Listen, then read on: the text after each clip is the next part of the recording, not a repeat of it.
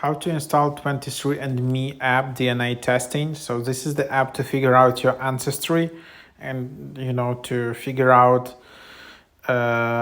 what's your ancestry and which countries is it coming from. Discover how your DNA connects to 2000 plus regions around the world, gain insights to your health traits and more. It includes ancestry composition covering 2000 plus geographic regions and 30 plus trait reports, such as ability to match musical pitch, cilantro test aversion, and more. So yeah, you can just open the app and then you can sign in if you already have an account. So if I try to sign in, I'm not, you need to have an account before that to do it.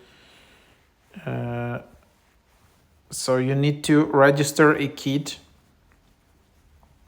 You shouldn't eat or drink for 30 minutes before speeding, and then you can just get started, set up your account, provide kit barcode, confirm details, and complete registration.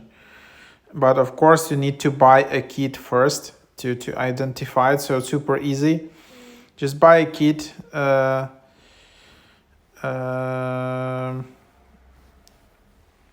It costs $149, and then your results will be available in approximately 3-4 weeks. Order ship Monday, Friday.